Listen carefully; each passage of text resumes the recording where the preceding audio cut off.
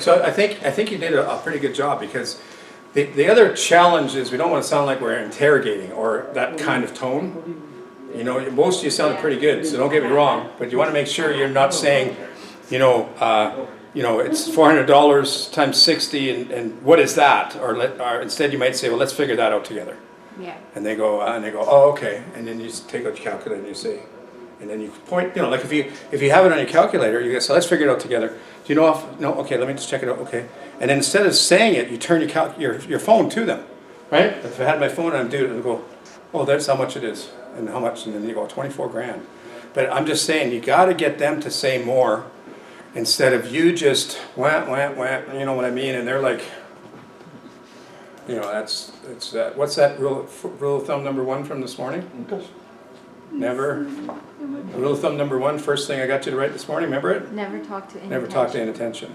They're not listening to you. Right? You always have to ask questions, and you always have to show them stuff, and you got to get them to say it. And when they say it, they believe it's true all the time. When you say it, they either aren't listening or they have total doubt in you. I mean, that's just the way it is. It's tough, this business. It really is. Yeah. Okay, so there's the rest of them. I just put them up on the screen. I'm going to talk about them quickly and then move on to the next part, okay? So interest rate might go up. You might have anywhere from $12,000 to $20,000 in there. Then the next one said house values might drop. Of course, if they wait, their house might go down in value 5%, and then they lose 25 grand. And if you're only half right, that's another 12. People that are building a new house. Can I tell you a statistic I heard from the National Association of Realtors? No? Yes. Oh, yes? Yeah. Okay. Glad you just gave me permission. They said that on average, new home values or materials or costs go up 4% a year no matter what's going on. So make a note of that one. So if somebody said to me, we're thinking of building a house and we're probably going to do it next year, I would still say, well, let's get together. I can go over a few things, tell you what's going on in the market and what's going on with new home builds a little bit, as long as you have some facts, right? Or some possibilities. And we can get together on Saturday. So now you're on the appointment, and they want to wait because they want to wait till see what happens. Some people just say that. I don't want to see what happens. Okay, well, one thing that's been a constant for decades is new home costs have gone up 4%. And that's pretty easy to believe that, isn't it? Yeah.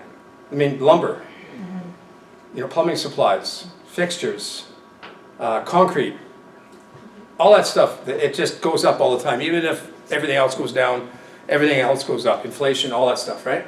So I would ask them, I'd say, so I was just curious, how much did you want to spend on a new home? Give me a number, guys and gals. 600. Let's say $1 million to round it off, okay? Because 600 to 800 is where it usually is, but let's just say $1 million. Okay, just for our, but whatever they say, you'll go by that. But let's say $1 million. So if you were to sign an agreement with a contractor today at $1 million, you know what it would cost you, and it would take them a year to build it. If you wait a year to sign a contract, that would mean that $1 million property today that would get built for you, if you sign a contract a year from now, it'd be 4% higher. So what's 4% of $1 million? $40,000, right? Yes? Yes. Yeah. So next year for the exact same thing, you would pay $1,040,000, and then they'd have it ready for you the year later. So if you wait a year, you'd lose approximately how much? 4%. So then you say to them, go ahead and write it in. Go ahead and write it in. Okay, 40,000. I think it's on the third one, Peter. Oh, okay. The second one was how much? 25,000. And for half right, it's 12.5, right? Yeah. Yeah. Okay. Some of these may be there's no value in a conversation, or they're very minimal. Like, what's the next one? Law supply and demand. Did you kind of figure out what I taught you to do is exactly how I'm teaching, sort of? How I'm teaching you is how you need to teach the sellers. You need to be a consultant, not a trainer, but similar. Not overacting like me and, you know, and being too loud like I get. I know, I'm sorry, but I really want you to get it all, you know what I mean? But you need to be similar, you know? So what's the next one there, Mr. and Mrs. Seller? Loss. Have you heard anything about that at all? What's your take on that? You guys tell me, what do you guys think? And you see what they say. What do you guys think loss, supply, and demand is? Yeah, we're all amongst friends. There's no answer, there's a bad answer or anything, just whatever. What do you think the law, supply, and demand means? Any ideas, Terry? So So law of supply and demand, this is basically economics rule. They go side by side. Like if supply increases, then demand, like supply increases, then the costing price gets lower. Go lower, yeah. Yeah, and when demand is higher, then it goes up. That's right. You know, they typically say that, you know, if there's less to choose from, prices can go higher, and, you know, and if there's more to choose from, they can go down a little bit. Yeah. Yeah. Interesting, right? So how does that affect them if they want to wait till next year? Kind of depends on the seat, like, is it spring? You want to wait till spring? Do you want to wait till summer? Do you want to wait till, go ahead. Can't you just use that like both ways, where it's like, say if it's like, Sure, you there's can. there's too much demand right now, to say like, you know, right now, you have your houses that are on for sale right Yeah. now, you get rid of your money, you can sell your house right now, you can get a nice house, whereas if it's a seller's market, like a supply is low, because right now, you get the best price for your house, if you sell it right now, you get the most money, you use that to buy a house. Yeah, and as much as you want to say that, remember, you might want to say less, but try to get them to kind of say some of it with you. Because, I mean, what you said is all good information. But a lot of times, as soon as we start to say a little bit of a, you know, go on a bit, it can shut them down. That's all I'm saying. So be careful. But you said the right stuff, though. So you understand what I'm teaching here. It isn't really about the facts I'm teaching. It's how to get them to listen and how to get them to figure it out with you. That's the biggest part we're learning right here. That's difficult when you think about it. But back on the law of supply and demand, this may not get them to think that they should list now. As much as it could also go the other way. That doesn't mean it backfired, gang. Your job is to take care of people, yes? Yes. And if they said, okay, you know, there's a ton of stuff on the market right now, you know, if we waited when there's hardly anything, that might be better, and you might have to say, yeah, it might be better. Right? So just remember, you're doing it both ways. Because we're being neutral. We're being consultants, not pushy salespeople. But you know what? When you just have a conversation, you might say, where I'd go with this, because I'm still trying to get to the listing today when you go. I'm still trying to do that. That's between you and me, though, not between you and the sellers. Between you and the sellers is you have to be neutral and let them know that you care, all that kind of stuff, right? About their plans and stuff like that, and be able to keep in touch with them. But if it says that, you know, right now there's stuff on the market, but I think it's still a good market with buyers, so there's probably no loss in this one here. So put a 0.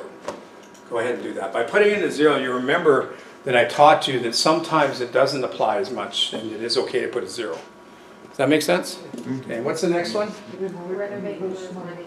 Renovate and lose money. So, first thing I want you to do is flip to the last page in lesson 2. And which is called your weekly what? Activity. Last page in lesson 2, which is Weekly activity. today's lesson. Weekly what? Activity. How many activities are on there? 12. 12? Yeah. 12? Well, 13. 13. Make another box and put 14. This will really let me see who's using their checklist next week. I'll really know then. Who to give a hard time, who to watch. Number 14, print off the home rental guide. Print off the home rental guide. I'll tell you where it is. Print off the home rental guide. And if you want to make a note beside it, it's on the website. And you guys know what the website is, right? Yes. And you know what the password is? Yes. Yes. And you go to the PDFs, Yes. and it says, what? Home Home rental guide. And just print it off and bring it to class. You have to bring it to class. And believe me, next week I'll say, everybody show me your rental guide. And some of you are going to feel really awkward, because I'll be like, notice I'm not looking at anybody, I'm trying to be neutral. But next week I'll be looking at somebody if they don't show me the home rental guide. So let me tell you how it works though. Now this is an older copy which you could still use. And it's by Jackson Appraisals, which is a company in Western Canada. It's done some research on when people want to renovate, what kind of return they get on it. And they got some stats in there for you on a couple of the pages in the middle. But I'd still print off the whole thing. Now it's from a few years ago, but the stats don't change. If you go to their site now and you print off the new one, it'll say the same stats. The bottom line is almost every single thing that people renovate. This is, now let me ask you a quick question. Do you think renovations are the same as obvious repairs? What do you think? No, that's different.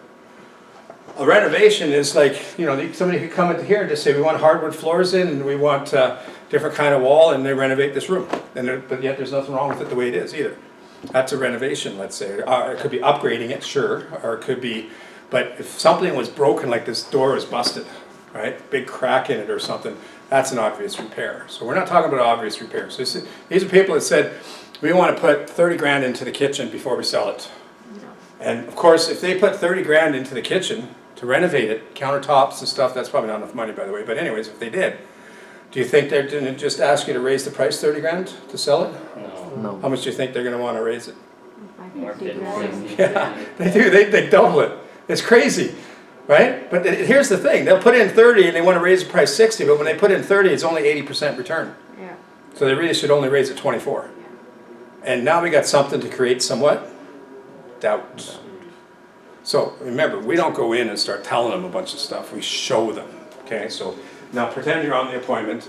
We went through some of our 7-step process that you'll get in the weeks to come, you get all this stuff.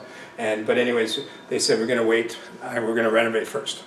You say, okay, well, and you may not even bring out the possible cost of waiting. You might just say, here, well, I'm gonna give you some dialogue on how to handle objections. Go something like this, you know, okay, I can appreciate that you guys wanna fix it up or add to it, maybe add some value. Just so I understand, what were you thinking of how much money you wanted to spend in that? Well, we figured 30 grand. The rest of the house would probably leave the same. Okay, and is that the only thing holding you back right now? So I'm gonna get you to learn how to confirm that it's only the one thing, everything else is good. You might have gone through price already and all these other things, right? They go, yeah, that's it. And you say, okay, if I could show you that by investing some money in renovating to sell right away, that you'd actually lose money, would you still do it? What do you think they might say? Maybe not. If you might lose some money, would you do it? No. Or they might say, well, I don't think I'll lose any money. I think we're good. Say, okay, but what if? Right? So you got to learn how to communicate without being confrontational as well. What if? They go, well, what are you getting at? Well, here, let me show you something. You take out the home rental guide. You might flip right to one of the pages where it says kitchen renovations, return 80%. So you're putting in 30 grand, what's 80% of 30 grand? And say, what do you think? And they might say, well, I don't know. Say, well, let me get my calculator. Right? So what's 80%? 24 grand, right? So here's the thing, your house is worth 500 the way it sits. You put in 30, you really should only list it at 525 tops, 524, right? But you would probably want to make a profit off it, but you can't. With the survey that's done here, they either agree with the survey or they don't. We don't have to worry about convincing people to do something they don't want to do unless you're kind of a precious salesperson type. You know, you don't want to do that. You just say, so here, and so if they say, oh, I never realized that. So do you think we should renovate then? And I would just say, no, I probably wouldn't. Let's just look at your obvious repairs just to help you get the value of your property. So that's kind of how you role play that. If we have time, we might do that.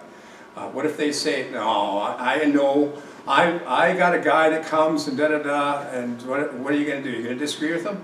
No. No, you say, okay, well, no, if you think you can, that's fine. At least you told them what might happen, so then if it does happen, they can't come back to you and say that you didn't tell them. Right? They want to make sure that if it does happen, they go, you know what, you told me, and I didn't realize that the 30 grand was going to cost me 45. And I know I can't get 45 grand back, so I should have listened to you. Or they may not say that, they might not even talk to you again because they're embarrassed, I don't know. But the point is that you're better off to consult people and make sure that they know what could happen. Because you guys already know now. And I think even if you didn't know what I just said, most of you know that unless they got somebody doing it for cheaper or unless they're doing it themselves, if they hire a legitimate contractor to get the money back, it's pretty slim. In fact, in the home rental guide, the only thing that gives you 100% return is one thing. Guess what it is? Color. Paint. Paint. So if somebody says, let's freshen it up, you go, let's do that. Let's get it on the market. While we're trying to sell it, you just start freshening it up. It's already on the market though. And I say to them, the reason I do that is if you start painting this room and somebody comes in and they see that you're going to freshen up the whole place, they might stop you and say, don't worry about it, we're painting everything purple anyways. That's an exaggeration on the color, but you know what I mean, right? So instead of painting in a color nobody wants and then you put it on the market, just say, well, you can start, don't worry. And then sure enough, if it's priced right, it's going to sell in the first couple of days anyways. Okay, so what's the next one? Cost of marketing. Don't wait a year. If you wait a year, my marketing costs are gonna be double. So what do you think they're gonna say? That's fine. They're gonna say, I don't care. Yeah. Yeah. So that's not what this is for. This is if you're talking to a FSBO, so make a note of that, it's a FSBO. Some FSBOs pay, you know, $500 for some help you sell company. Now, if they're already on MLS, like, can you name a company that helps FSBOs that's not on MLS? Property Guys, I think, is not on MLS, is that right? Purple bricks? Purple Bricks is on MLS, but they're gone under, they're now called Fair Square. Yes. So that's not what we're talking about. Okay, we're talking about non-MLS help you sell. Okay, and do you have Property Guys here? No? If you never heard of them, just say no. No. No, Okay, so there's still a couple of FSBO help you sell companies around, they'll help them, they don't put it on MLS. A lot of the FSBO companies have gone on MLS, so you can't talk to a FSBO then. Or can you? Can I give you some insight on that? The Canadian Real Estate Association says, and this was from somebody I know that goes there all the time, as part of the panel over there, and Peter can double check on this if you want, if you have time, but they said that, and this was about 2-3 years ago, so it may have changed, but they said that when somebody hires Fair Square, which used to be Purple Bricks, which used to be Comfree, which used to be Reflex Real Estate, which used to be, and I can go on, because they always go under and then start a new name. Yeah. Anyways, you are allowed as a realtor to still approach those type of FSBOs and let them know that you can explain your services, but not ask for the listing, which sounds weird. That's what they said. You can say, oh, you're listed with, oh, I see, okay. Well, you know what, if you want, I can let you know what our services are. And then, you know, if you want, we can talk about that later when it's off the market. And you were allowed to do that with, what back then it was called Comfree, I think. Purple Bricks lasted a couple of years, right? Yes. Maybe 2, 3, 4? 3D. Yeah. Okay, so, yeah, I got lots to say about that stuff in a bit. We're gonna take a break soon and then we'll talk about all that FSBO stuff. But the cost of marketing is if they're a FSBO and they're still gonna put ads on Kijiji and boost them, and they're putting ads in the paper or signs up on there, but it's costing them maybe, you know, $500 the first time, and then if they wanna redo something, another, so it might only be a couple $100, but you put in a couple $100. So put in $250 that they're still spending on signage or something, just put $250, okay? Double house payment, that's somebody that literally says, we wanna go look first, then you let them know if you end up buying something, then they say, well, we'll put it subject to the sale of our house, and they'll say, well, they won't accept the offer 7 out of 10 times. So what happens is sometimes you buy the place, and you have to rent your other place out, and you have double payments, right? Or somebody says, you know, I'm just trying to think of another one. If the place is gonna be vacant for a month between closings, because of them taking too long, they might have double house payments just for 1 month. So what's a house payment usually for a $500,000 house? 25. So 2,500, let's say? Yeah. So just put down they could lose $2,500 just by the dates not lining up right. So you can use that for a couple of reasons, you know, to lining up the dates, to, you know, a number of things, okay? And they want to build that, if they want to have a house built, the builder will say you can move in November 1st, maybe the 15th, but after that they get charged some money. So then people might say, well, then we got to get out of our place, then it's vacant for a month before the other possession, or if they're going to put a renter in, it might be a month, but it's really minimal cost, but it's still worth putting in. Does that make sense? Yes. So, you know, when you hear 12,000, it's different than 1,500. Lost in the shuffle, just draw a little arrow from 9 to 4, which means the law of supply and demand. It ties in with lost in the shuffle, meaning if somebody says, let's wait till spring, you know, if we wait till spring, your house could get lost in the shuffle. You could lose some money. Honestly, I don't know how much they would lose, so don't worry about the value right now. Just put a 0, just say it's possible, but talk about it at least, okay, gang? Job stability, some communities in the big cities, you know, Calgary has 1.5 million people, let's say. So, I mean, a business could go under and it won't affect most homes. But a business in Airdrie might affect a community, you know, or maybe a small community in southwest Calgary or southeast Calgary, you know, down by one of the universities there. Something could happen and it could affect prices. So who knows? So that's not something to talk about, but not to But sometimes it's more of you asking them, is there any factories or any job instability gonna happen soon that you know of? If they say no, say I don't know any either, so let's just put a 0. But at least you sound so informed in the sense that you're wanting to know about everything, okay? Then you come up with your total, and then they would see. If it's all zeros, then fine, they could probably wait till next year, right? If it's 20 grand to be lost, they have something to think about. You don't have to say, you know, you should put it on now, you should say, it's what, 20 grand is possible losses there. So you have something to think about, right? And they may go, yeah, I think we do, right? Say, yeah, so I just want to make sure I gave you the right info. So let's carry on We here. missed number 6. Yeah, we missed Tax, oh, yeah, I did mention that. One was, I mentioned it but in the wrong order. One was the property transfer tax that they have in BC and Manitoba. Might come here. Okay, do you guys know how much it is there? 1%. It's 1% on the first, no, 2% on the first 200,000, 1% on the balance. Okay, so it's 4 grand on the first 200, and then 3 grand on the remaining 3. So 4 and 3 is how much? 7. 7. So it's not coming here yet, but if you wait a year, who knows? So if it did happen, how much would you lose? On the buying side though. 7. Right, now, on the seller side, there could be other tax or political changes that could bring down the value of a property as well.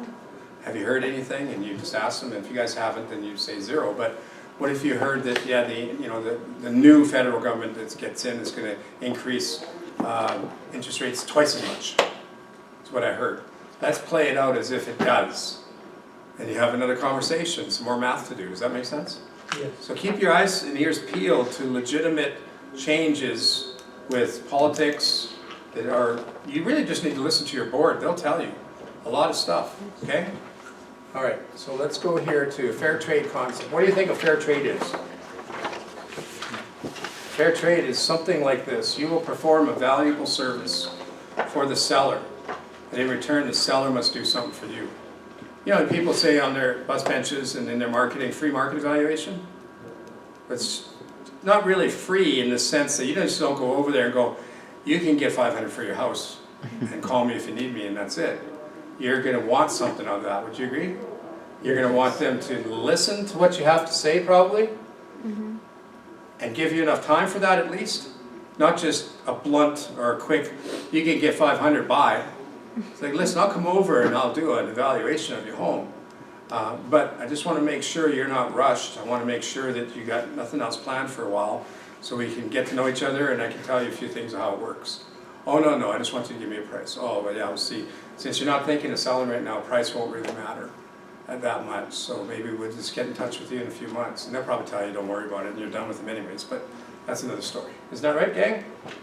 Okay? So we're going to go through the close here.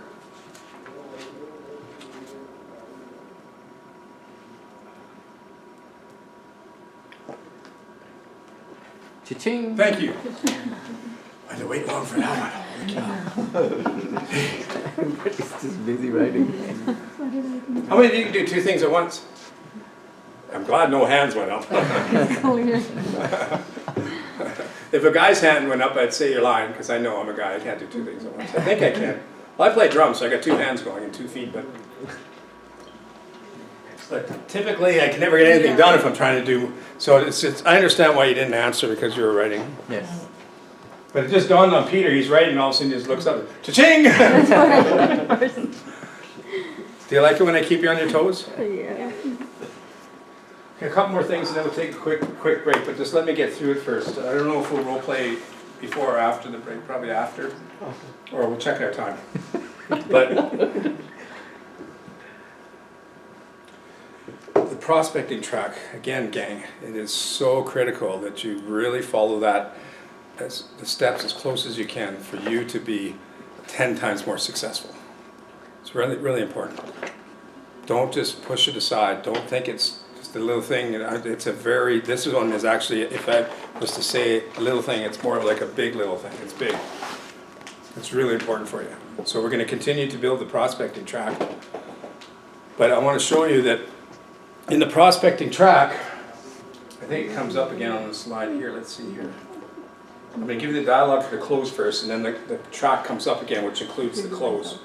So our dialogue is this. Now, we jumped ahead to an appointment just so you knew how the cost of waiting worked. So can I dial you all back into the phone call? You guys with me? You're back on the phone call? You're not in person now. Yeah. Okay, we're just going back. So we called somebody because we got an internet lead, or we're using a telelisting tool, or hey, maybe somebody called us on our postcard and we're just following up. And in there, we're just saying, so you're thinking of selling? And they say, yeah, we are actually. Okay, well, great. Well, I called you back because I got your message. You got my postcard, is that right? Yeah. So there's the reason. Or any of the other stuff we role played this morning with reasons, remember that? Always give the reason. Then ask open-ended questions. So tell me a little bit what your plans are. Where do you want to move to? And you get them talking. What kind of home? How much do you think your home's worth? Or how much do you want? And they remember, they either do it or don't do it. Let's just get over that right now. It's like, it's not foolproof. It's okay though, isn't it? They just, I don't know, are you going to tell me? I said, yeah, I'll just give it a shot.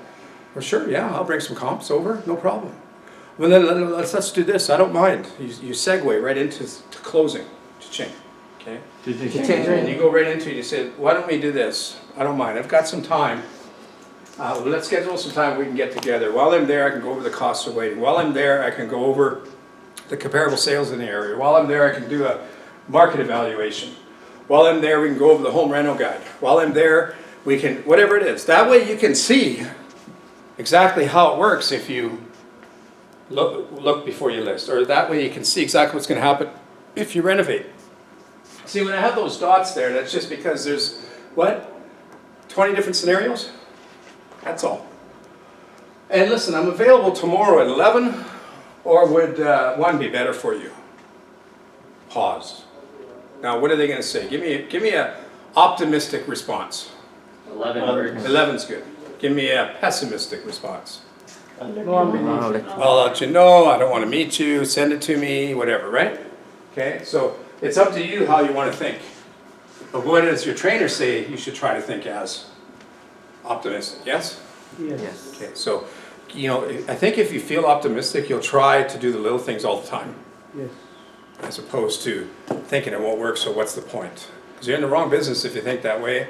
How many times have I said that? I'll probably keep saying that. You gotta be optimistic in this business, for sure. So, you know, the dialogue is pretty powerful when you think about it, and you can see where it goes. We're starting to see how this prospecting track's coming together. So, our approach right here, if we know their name, is to ID the caller. If we don't, like if it's an input form, you know their name, right? If it's just a random call, the people are not on the do not call list, you don't know their name. If they've called you, they've left a message, you're returning the call, and you know their name. So you might call, say their name, but you always have to what? Introduce yourself. And then ask or confirm whatever the situation is. If they left on the voice message that they want to sell, you just confirm that. Sounds like you're thinking of selling, right? Sounds like you're thinking of buying, right? Or if it's just a random cold thing, it'd be like, I just called to make sure you're not thinking of selling or buying. That's the other way. And you get your yeses and nos. So if you get your nos, what do? Still give the, if you get a yes, you still give the, Reason. yeah, the reason I'm calling you is I got your message. Or the reason I'm calling you is I got an input form here. Or the reason I'm calling you is I'm looking for more listings in the area. But always give a reason. And then if you get a yes or a weak yes, you don't have to ask them to know somebody else yet. You just segue into the open-ended questions. So yes, we want to sell, or yes, we want to sell, but next year, or we want to wait. So oh yeah, so where were you planning on moving to soon or next year? What kind of home? When would you like to be in there? How much do you want for your house? And if it sounds like they're losing time, you might say, how come your home's not on the market already? You know, like it could be a FSBO or somebody building a house, you know what I mean? But question 5 is more of an optional thing based on what you're figuring out. But the first 4, may as well try. They start talking a bit, and then you say, well, hey, why don't we do this? This here, this page, I want you to put it on your wall too. This page. I don't care how you do it. Tear it out, double tape it up to the wall, or go print off another page off the website and fill that in and put it on the wall, or type just the dialogue close on a Word doc and make it as big as you can and turn it landscape and put it on your wall. That's the best way. Why? Because when you're talking, you look at your wall to remind you to close. Ching. There's two Cha-ching. cha-chings before that, by the way. There's two. Cha-ching. Cha-ching. Okay, so photographic memory on clothes. Cha-ching. I've been teaching either too long or I won't let it go, I don't know why. But so what your desk's gonna look like is, if you turn the page, I think there's the prospecting track, yes? Or maybe the next page. No. What page is it on there, Arviz? Prospecting track, you just had it. Yeah, Well, there's no page number, but what page is it after? listen to 12. I didn't hear what he said, but did you guys hear what he said? 12. No, Did you hear it? no. After They still didn't hear 12. you. After 12. Yeah, but they can't hear you. So, did you get it now? Yeah, Yeah. they heard you now. Did you find it, Peter? It's after page number 12. After page number 12. He doesn't have it in his thing. Oh, really? Yeah, he doesn't. He has. You missing that's page 12? No, he has. You guys are just playing with me, right? Yeah. No, that'd be- Yeah, Okay, so tear it out right now. Tear it out quick, otherwise the things will come, all that. Trim off the little furls and put it where you're gonna do callback time, on the wall, not on your, put it up there. And now go back to the close, cha-ching, Cha-ching. and draw a square around the dialogue and the word the close. Cha-ching. And reprint that on a Word document and turn it landscape and put it right beside it. So you got this one here and this one here. You with me? Yes. Look at me, you guys. This one here and this one here, right where you're sitting making calls. You will make way more money. As simple as that sounds, you will do so much better just by having it. You'll be on the phone and you might forget everything. You'll turn and look up and you'll go, oh, and you'll probably even touch the ask, reason, ask type thing. It'll keep you on track. Isn't that important for you? Yes. Oh, I hope you all do it, I really do.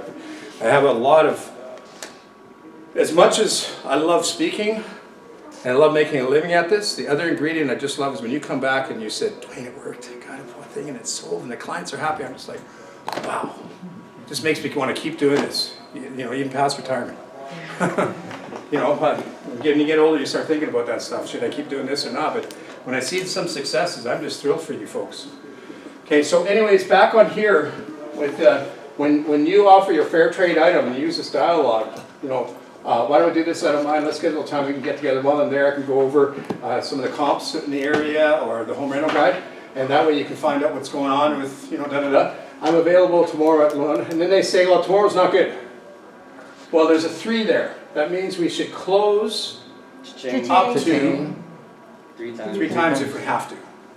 Because there's magic in 3s. Magic in 3s. Now, if you ask them and they say yes, you don't try to close again. You already got it. Cha-ching. Okay? If you ask them and they say the time's not good, then it's easy to close to change for another time. Then now remember, do we ask them when we should come over? No. Never, ever, ever. Always what? Offer. Offer alternate choices. So Saturday, tomorrow won't work for you? No. Well, I could do Saturday morning, or would Saturday afternoon be better for you? Well, the afternoon would be good. Okay, 1 or 2. Never, ever, ever say, when do you want me to come over? What time do you want me to come over? Don't do that. Get it out of your system right now. It's going to be hard, but you can do it. You guys can do it, yes? Yes. Yeah, you guys can do it.